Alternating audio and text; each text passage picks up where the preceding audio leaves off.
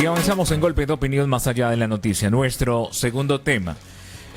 A nivel internacional se habla de crisis en el ejército de Colombia. Y hay tres claves que han destapado pues un sinnúmero de escándalos. El espionaje ilegal, corrupción y abusos de derechos humanos. Los escándalos de Colombia no han hecho sino acumularse durante el último año.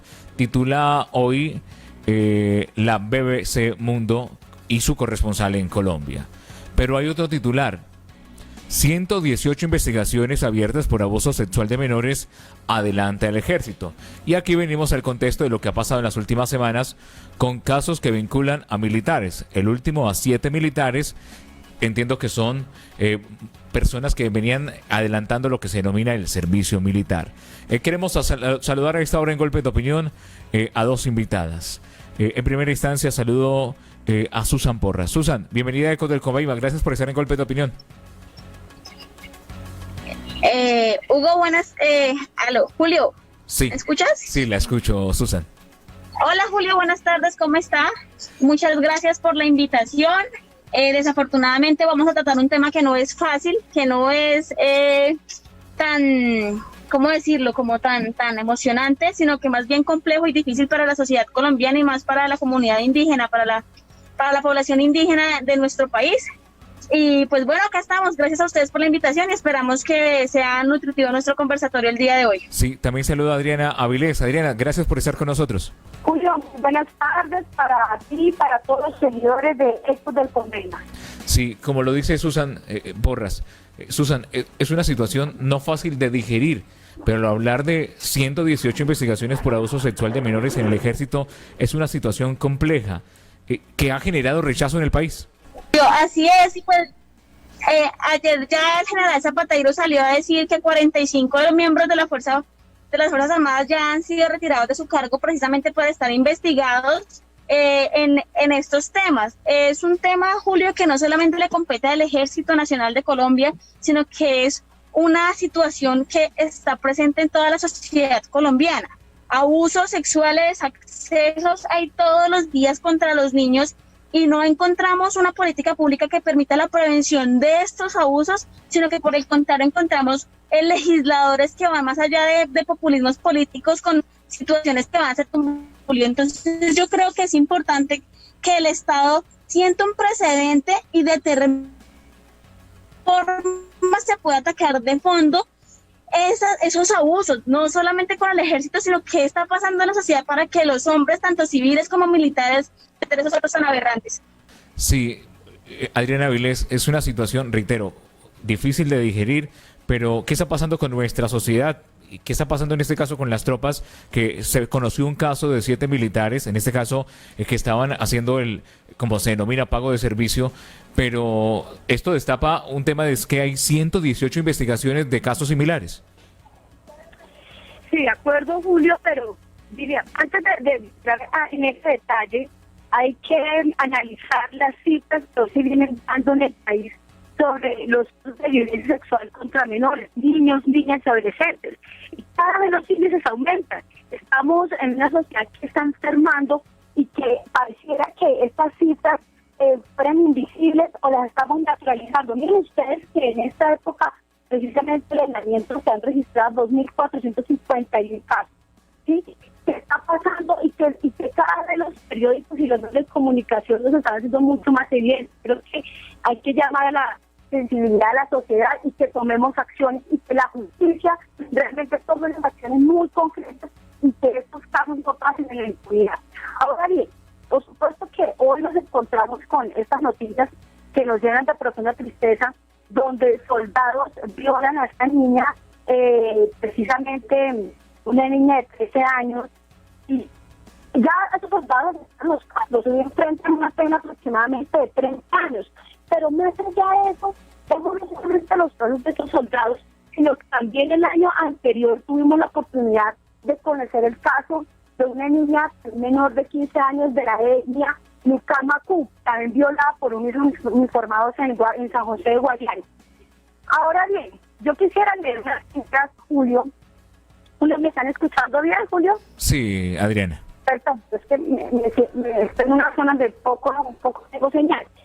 Yo quisiera hacer unas citas que nos ponen también en un contexto de que esto no es ahora que se viene presentando, y no solamente en la sociedad en general y los militares, sino también se ha profundizado esta violencia sexual contra los niños y en el conflicto armado.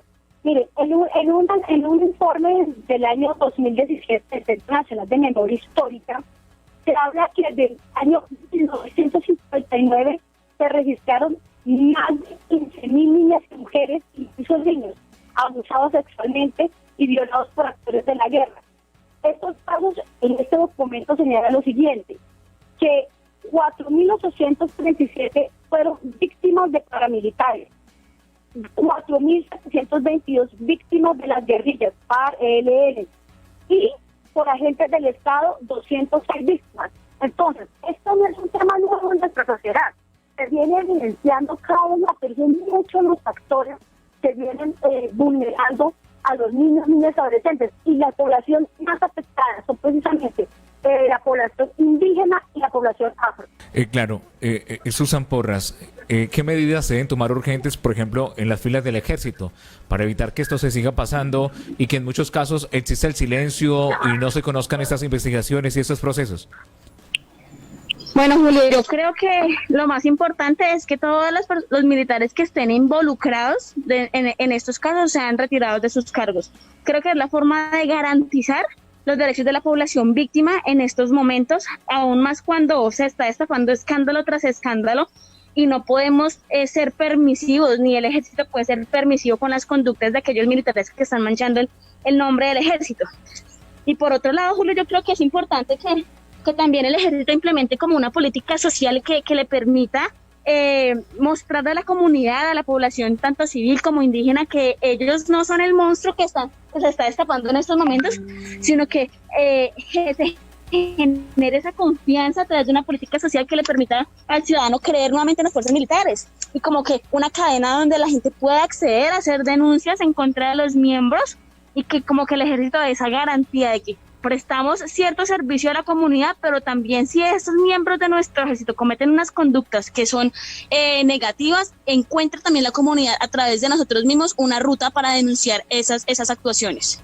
Sí, miren ese comentario que hace un usuario de Facebook. Dice, los abusos son siempre y no son solo en el ejército, son en instituciones públicas y privadas.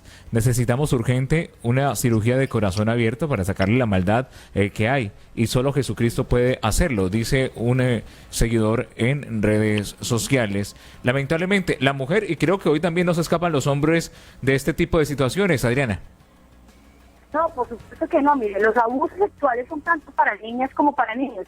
¿Cómo es posible que en cuarentena se estén reportando 22 casos de niñas y 4 niños violados sexualmente de una manera constante, sistemática? O sea, vivimos en una sociedad enferma, pero creo que ahí el Estado debe ser mucho más proactivo en los temas de educación, porque si bien es cierto, esto se ha generado también como unas enfermedades de trastornos mentales en algunos violadores, que precisamente buscan afectar a los más vulnerables. Ahora bien, Julio, se espera, lo que ha dicho el Procurador General de la Nación, que pide al comandante de las fuerzas militares y al director de la policía que entreguen un informe sobre los casos de investigación sobre el abuso o violencia sexual presuntamente cometidos por ejército, fuerza aérea, policía y armada, que efectivamente se conozcan, que se digan cuáles son los casos y que esos funcionarios sean retirados, por supuesto. Pero no solamente es el ejército, es todo. Sí, Julio, hoy es el ejército. Antes fueron los actores de la guerra, la sociedad en general. O sea, por eso nosotros venimos hablando de que no solamente la cadena perpetua es una de las herramientas para poder erradicar y mitigar este flagelo o esta pandemia que cada vez se visibiliza en nuestra sociedad. Debe también tener toda una serie de acciones integrales que permita proteger al más vulnerado. Sí, Susan Porras, medidas como la de prisión o cadena perpetua para violadores de niños, que ha sido aprobada hace unos días y que en algunos sectores dicen que es inconstitucional, pueden generar a que se baje este número que tenemos tan alto en Colombia, o qué puede hacer el país para buscar bajar estas cifras que son tan lamentables? Lo veo así. Primero que todo, es importante resaltar que la pena más alta que existía en Colombia era de 60 años. Una persona que fuera condenada a 60 años de cárcel o privada de su libertad sabía que no, o sea, que durante mucho tiempo iba a dejar de cometer esa conducta. Y como por ejemplo, como con los hurtos o los homicidios, el Código Penal dice, está prohibido matar, está prohibido robar, está prohibido lesionar, pero aún así la gente lo hace y la cárcel no cumple un papel de resocialización.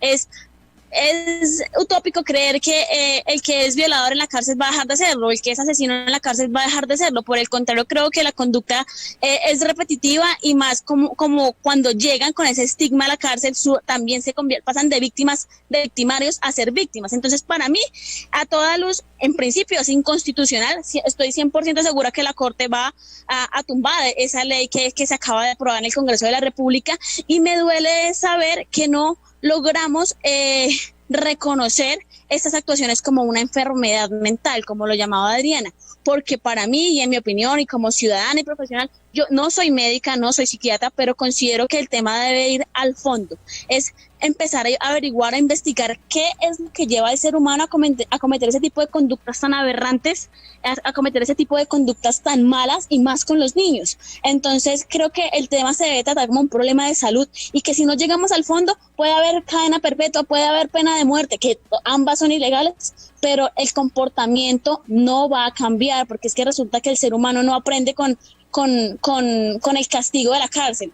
Eso sabemos que la cárcel no cumple la función de resocialización y que si no tratamos el fondo del asunto, no creo que esa sea la solución. No creo en que baje el número de abusos ni de accesos, no creo que baje los feminicidios o los asesinatos contra los niños, no lo creo, Julio. Para mí ese tipo de situaciones se debe tratar más desde el fondo del asunto y de buscar qué es lo que está pasando en la sociedad para que hombres y también mujeres, porque pasa también con las mujeres, actúen de esa forma, actúen bajo esas condiciones y cometan tanto daño. Adriana, ¿qué piensa usted sobre el tema de la cadena perpetua para violadores? Muchos, reitero, afirman que es inconstitucional. ¿Y será esta una medida viable y factible para hacer conciencia en quienes tienen este tipo de conductas? No, para mí no es por supuesto solución. Es necesario, como decía hace un momento, sobre acciones integrales a la sociedad.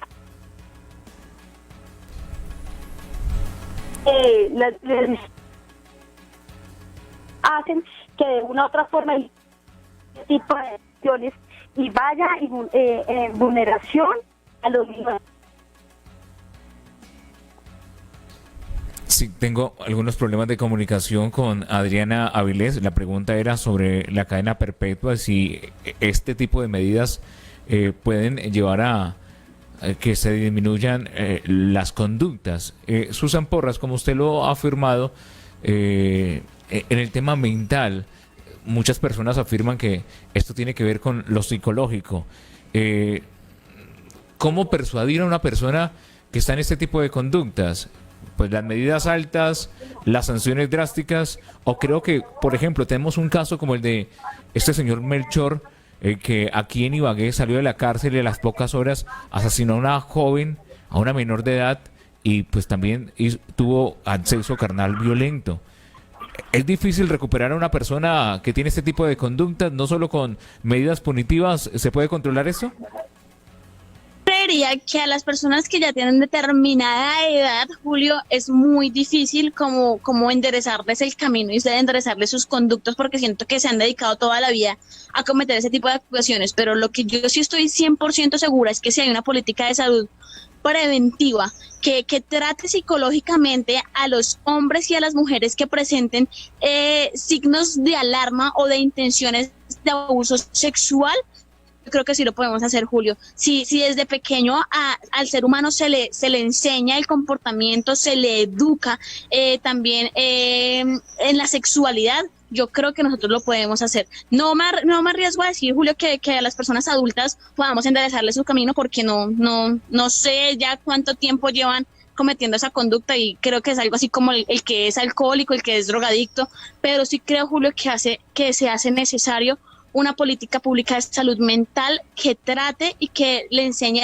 desde pequeño a los niños el tema de la sexualidad, de cómo debe cuidar su cuerpo, de cómo debe sentir signos de alerta y de cómo debe comportarse para con él y para con el resto de miembros de la sociedad. Entonces yo sí creo, Julio, que si le apostáramos a eso y si de verdad buscáramos el fondo del asunto, las cosas podrían ser diferentes y esa enfermedad, este comportamiento, el que yo llamo enfermedad, podría tener cura. Así lo creo.